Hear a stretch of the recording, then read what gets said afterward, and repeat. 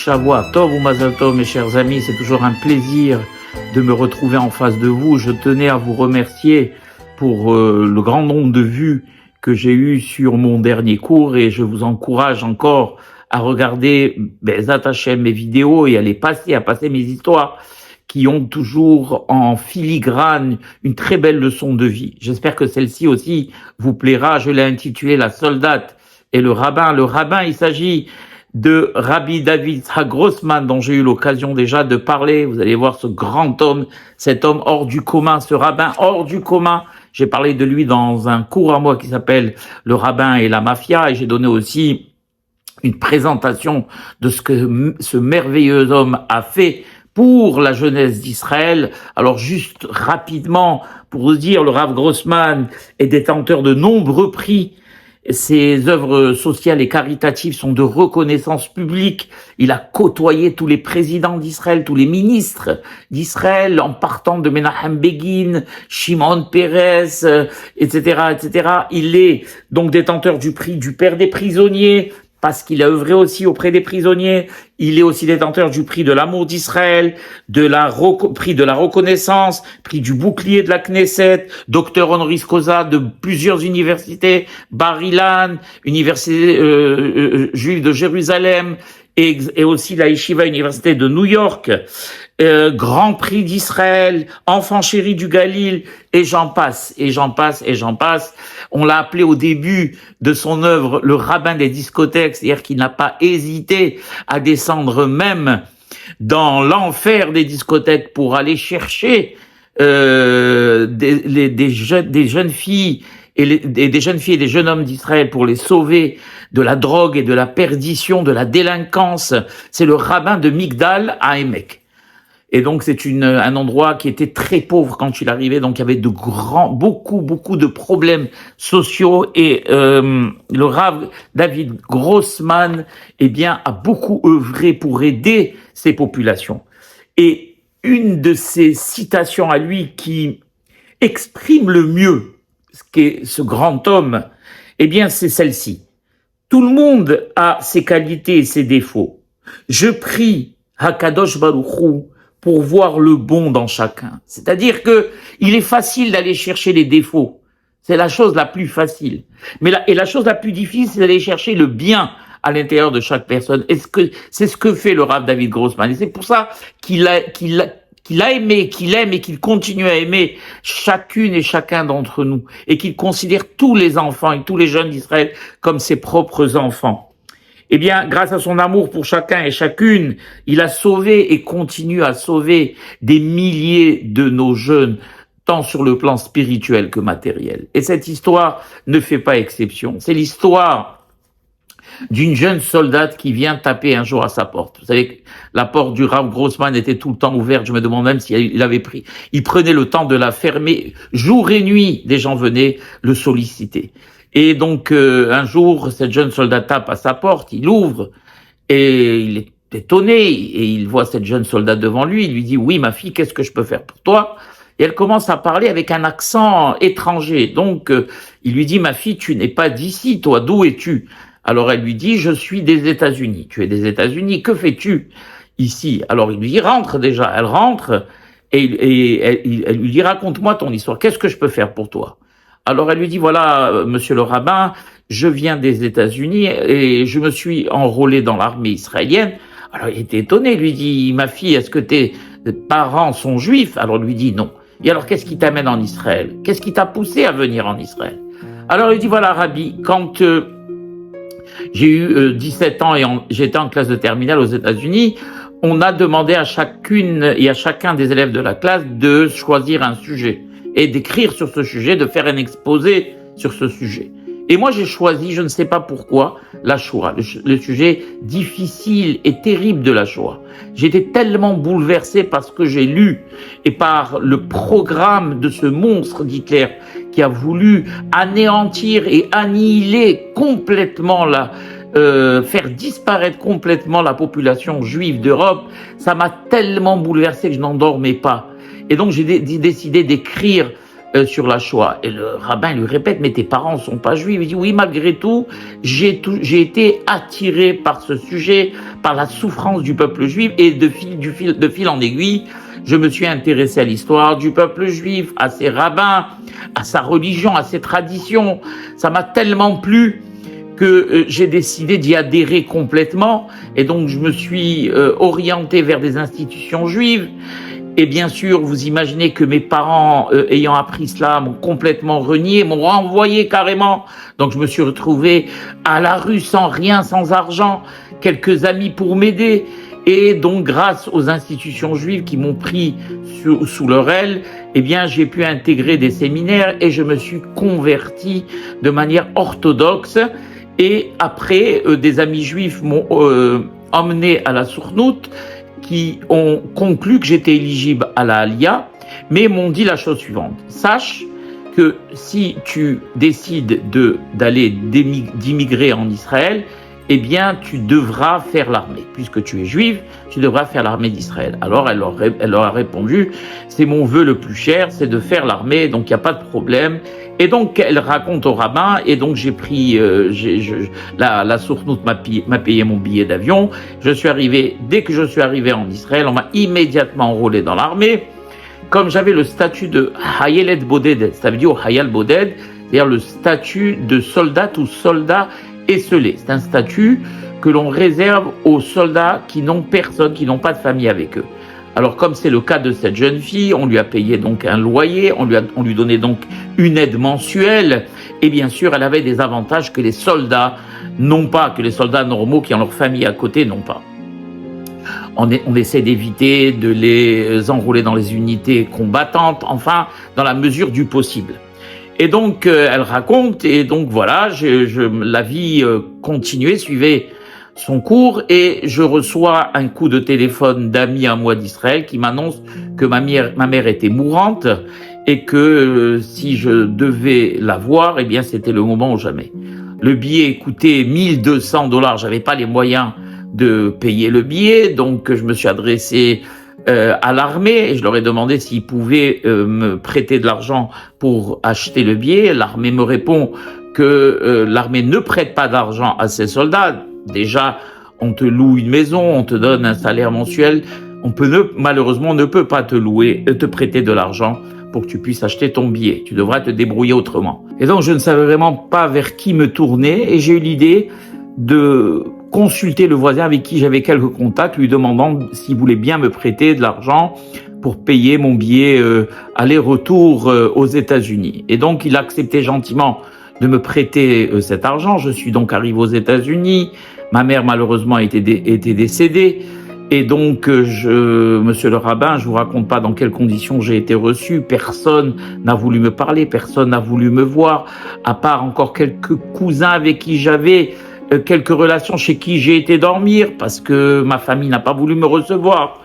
Et personne ne sait même en qui de ma situation financière, savoir comment j'allais, si j'avais de l'argent pour retourner en Israël. En tout cas, je me suis débrouillé tant bien que mal, et je suis rentré en Israël après l'enterrement. Une fois arrivé, le voisin m'ayant vu, il vient tout de suite, tape à ma porte, et il me demande bien sûr de lui rendre son argent. Alors je lui ai promis, monsieur le rabbin, que j'allais lui rendre, qu'il me laisse quelques jours pour pouvoir m'organiser et les lui rendre.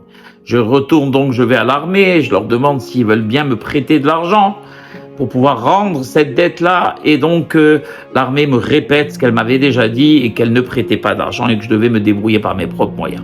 Alors j'ai décidé de chercher du travail, et donc je me suis mis à chercher du travail, chercher. J'ai trouvé une petite annonce où on demandait une jeune fille qui parle anglais pour une société. Et donc j'appelle, je donne tous les détails.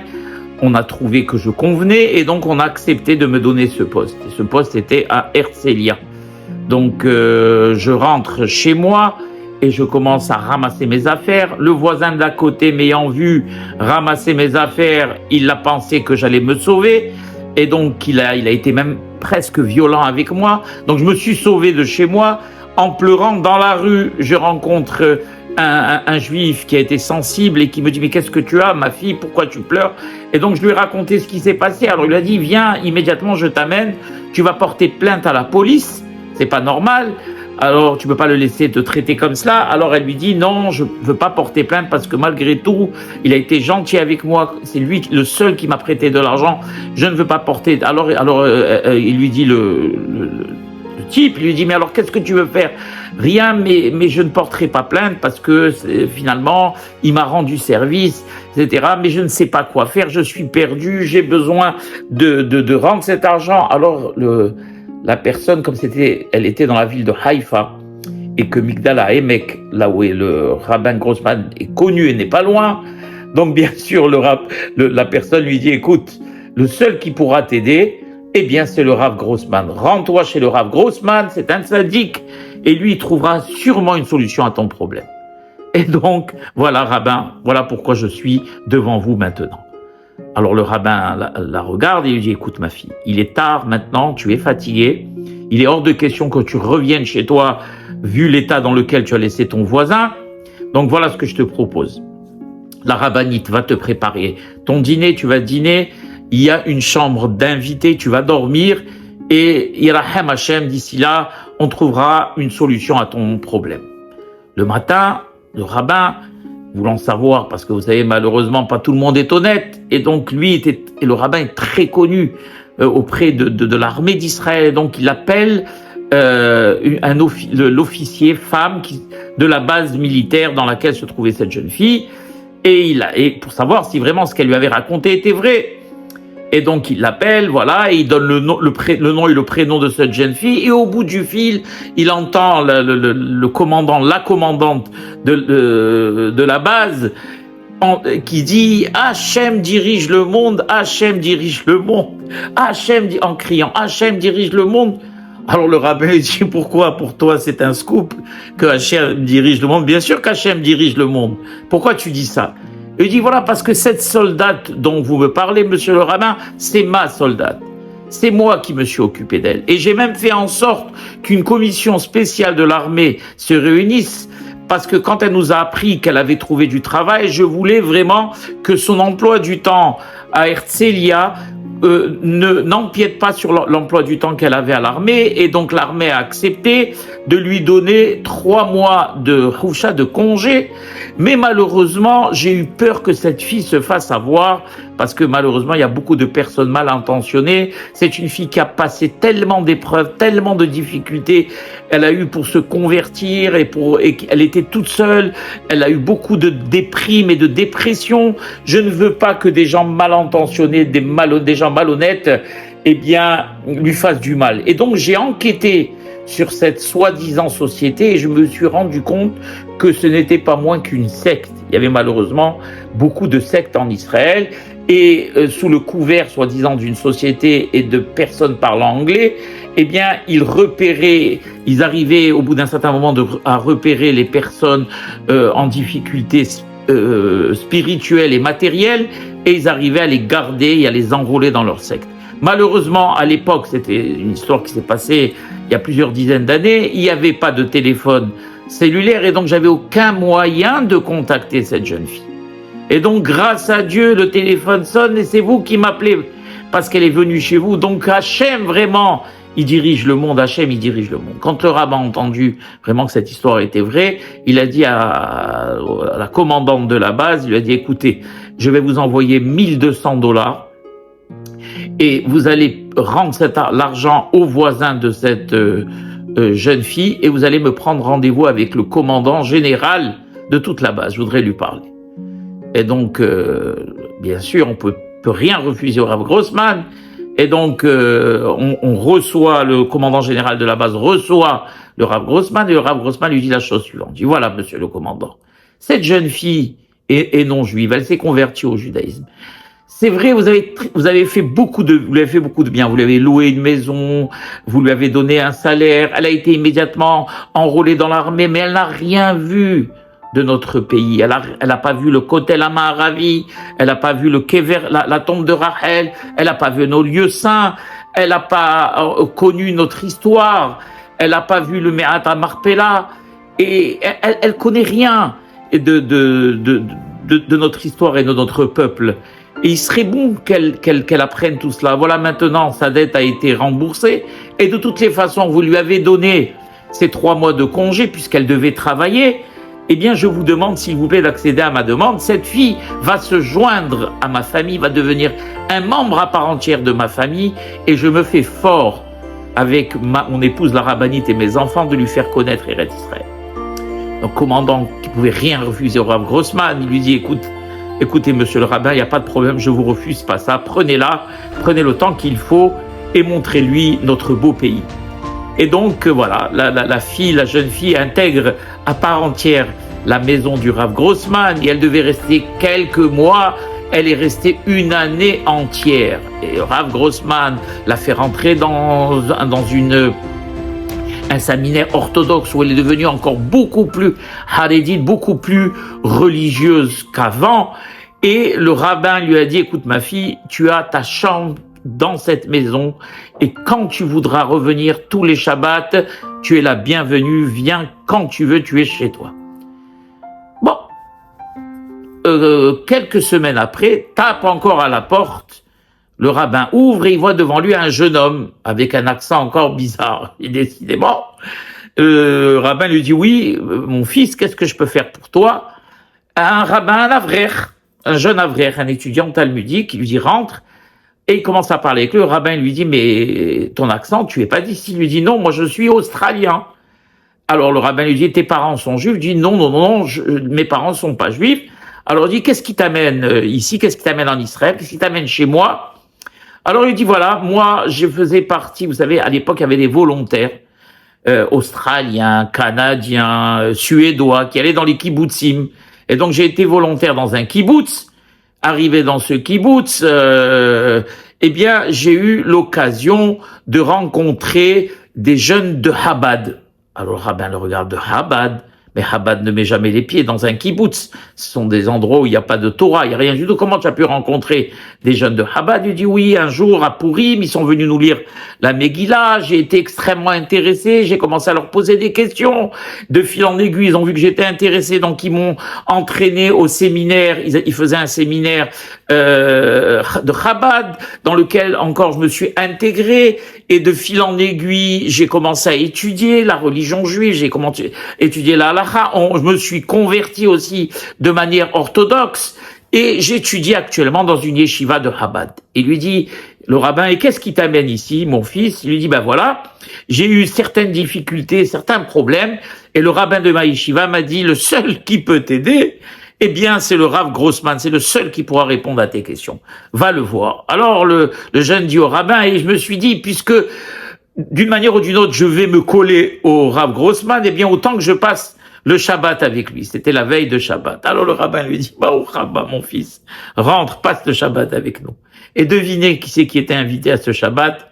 Eh bien, notre chère soldat, notre chère jeune fille, qui elle aussi était attablée avec le rabbin et ce jeune australien. Et le rabbin les regarde ces 2 tzadikim, cette jeune fille tzaddika et ce jeune homme tzaddik, tous les efforts qu'ils ont fait, tous les sacrifices auxquels ils ont consenti, leurs familles qu'ils ont abandonnées pour se coller au peuple d'Israël, pour faire partie intégrante du peuple d'Israël. Il les voit assis en face l'un de l'autre.